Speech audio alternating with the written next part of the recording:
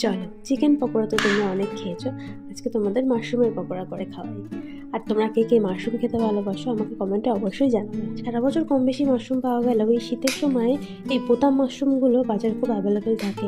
আর এই বোতাম মাশরুমগুলো খেতেও খুব টেস্টি হয়। মাশরুমগুলোকে প্রথমে ভালো করে ধুয়ে নেবে, কারণ মাশরুমের গায়ে প্রচুর নোংরা থাকে। ভালো মতন ধুয়ে পরিষ্কার করে নিয়ে তারপরে মাশরুমগুলোকে দুভাগ করে কেটে নেবে। যেভাবে দেখাচ্ছি এভাবে মাশরুমগুলোকে কেটে রেখে দেবে। এবার এর মধ্যে একটা ডিম ফাটিয়ে দেবে, আর আদা রসুনের পেস্ট দেবে 1 চামচ, আর দেবে নুন, লঙ্কার গুঁড়ো, জিরের গুঁড়ো, ধনের গুঁড়ো, সব দিয়ে আলতোভাবে মাশরুমগুলোকে মাখাবে। বেশি প্রেশার দিয়ে মাখবে না, তাহলে কিন্তু মাশরুমগুলো ভেঙে যাবে।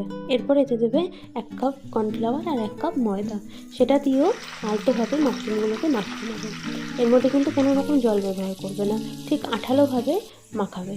ঠিক এই অবস্থাতেই ডুবো তেলে গোল্ডেন ব্রাউন করে ভেজে নিলেই রেডি মাশরুমের পকোড়া। বানিয়ে অবশ্যই জানিও কেমন হলো।